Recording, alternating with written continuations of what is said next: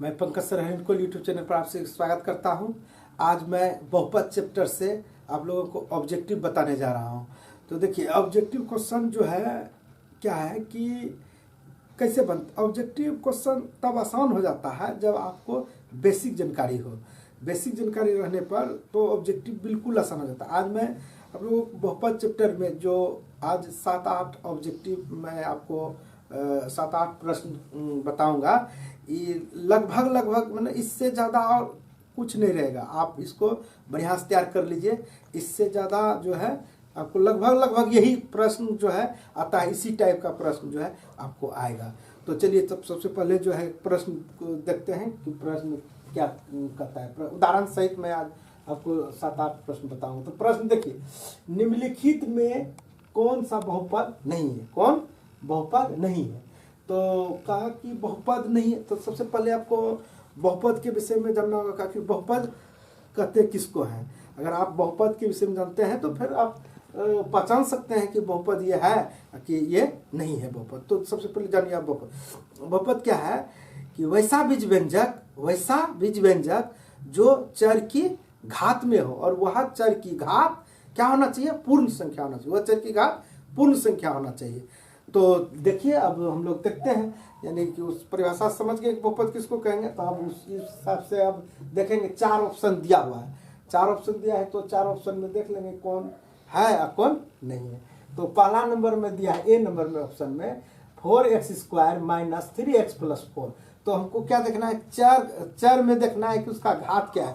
चर अगर बहुपद में कई पद होते हैं, बहुपद में कई पद भी होते हैं, तो प्रत्येक पद में चर की घात को देखेंगे कि वह पूर्ण संख्या है कि नहीं। अगर पूर्ण संख्या नहीं है तो वह बहुपद नहीं होगा। तो इसमें देखिए, पहला पद में देखिए चर x का घात कितना है? 2 है, जो पूर्ण संख्या है।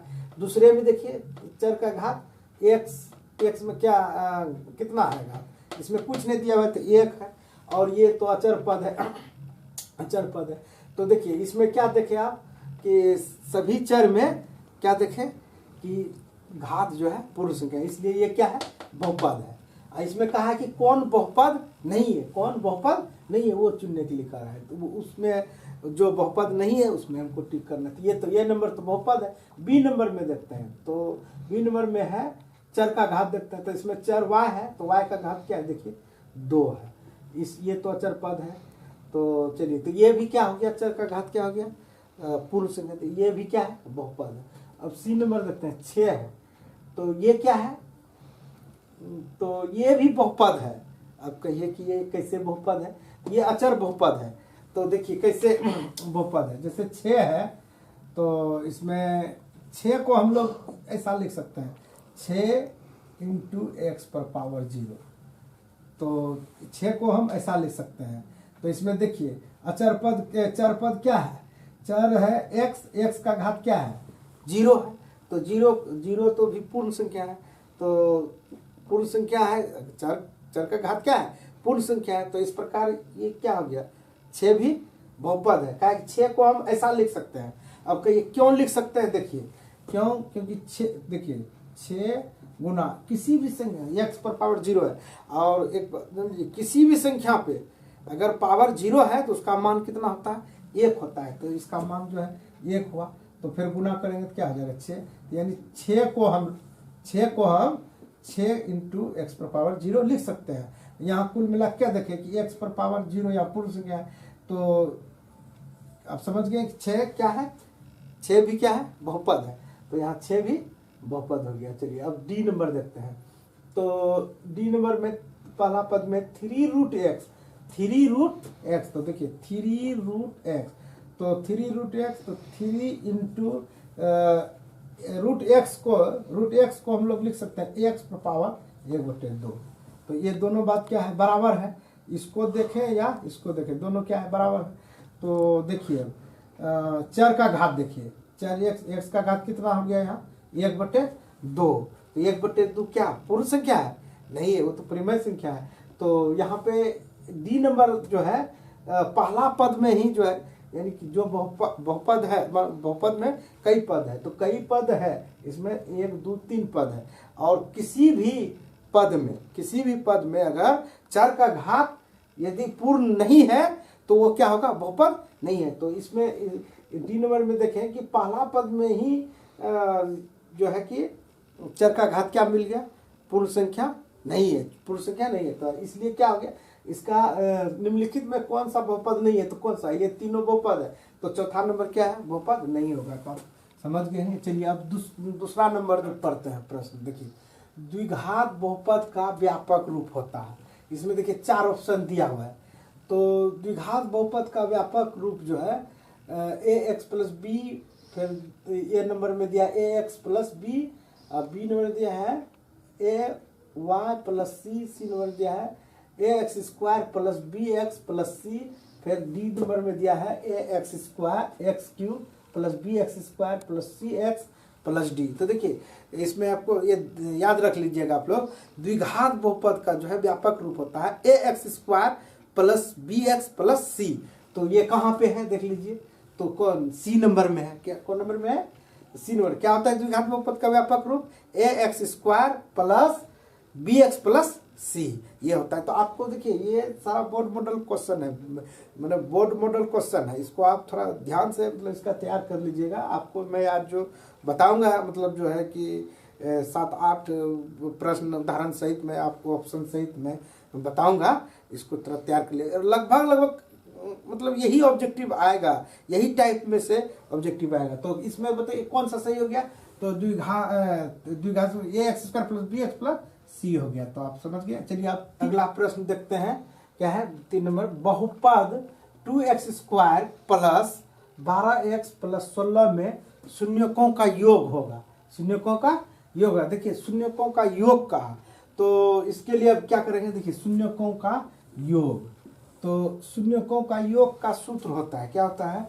शून्यकों का योग का सूत्र होता है, शून्यकों का योग का सूत्र होता है, क्या होता है, माइनस बी बटे ए, माइनस बी बटे ए होता है। तो देखिए शून्यकों का योग कहाँ होगा, कौन सा होगा, 4 ऑप्शन दिया हुआ है। तो शून्यकों के योग का सूत्र होता है माइनस बी बटे ए। तो इसमें देखिए कि बी कितना है, देखिए ए व्यापक रूप होता है ए एक्स स्क्वायर प्लस, द्विघात बहुपद का व्यापक रूप होता है a x square plus b x plus 16, मैंने c, b x plus c. तो ए कितना है, देखिए ए 2 है, हो गया, बी कितना है, तो 12 हो गया। तो बी की जगह क्या, शून्यकों के योग में तो माइनस है, बी 12 है तो 12 लिख दिए। चलिए 12 हो गया। अब क्या है, ए कितना है, ये देखना है, ए क्या है, ये जो है ये आपका जो है कि ये देख लीजिए, ये 2 है, ये क्या है 2 है, ये क्या है 2 है। तो कटा दीजिए इसको, देखिए कटा के कितना आया, 6 आ गया, माइनस 6 आ गया। तो शून्यकों का योग कितना आ गया, माइनस 6। तो चलिए यहाँ माइनस 6 ऑप्शन में नहीं, मान लीजिए इसको माइनस 6, माइनस 6। अब देखिए माइनस 6, तो शून्यकों का योग माइनस बी बटे ए, यहाँ पे रख दिया, बी जितना था बी का मान रख दिया और ए का मान जितना था ये रख दिया, कटा कितना, माइनस 6। तो इस प्रकार देखिए इसमें A B C D 4 option है, तो माइनस 6 है इसमें, तो माइनस 6 है कहाँ, तो माइनस 6 यहाँ 8 लिखा गया था, माइनस 6 कर दिया। तो सी नंबर में है, तो ऑप्शन क्या हो गया, सी से ही हो गया। तो चलिए आपको ये भी पता चल गया कि शून्यकों के योग है। मान लीजिए आपको ये बहुपद नहीं देके दूसरा और बहुपद देगा, तो आप शून्यकों का योग का सूत्र याद रखिएगा, शून्यकों का योग का सूत्र होता है माइनस बी बटे ए, माइनस बी बटे ए रखिए और इसी तरह मान रख दीजिएगा, जो हल होगा वो जो है आपको ऑप्शन में मिल जाएगा।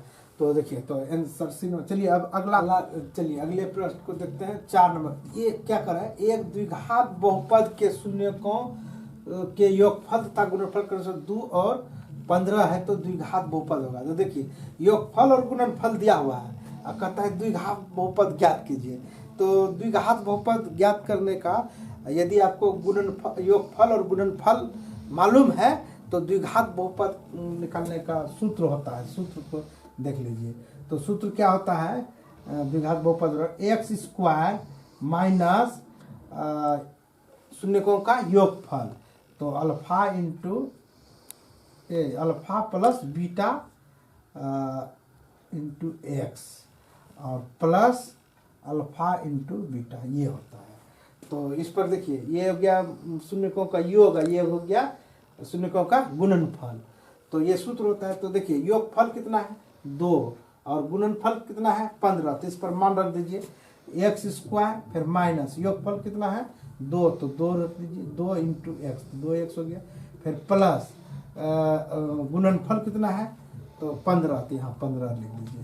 तो क्या आया x square minus 2x plus 15 बहुपद, द्विघात बहुपद आया x square minus 2x plus 15। तो देखिए इसमें ऑप्शन में देखिए कहाँ पे ऐसा है, तो देख लीजिए ऑप्शन में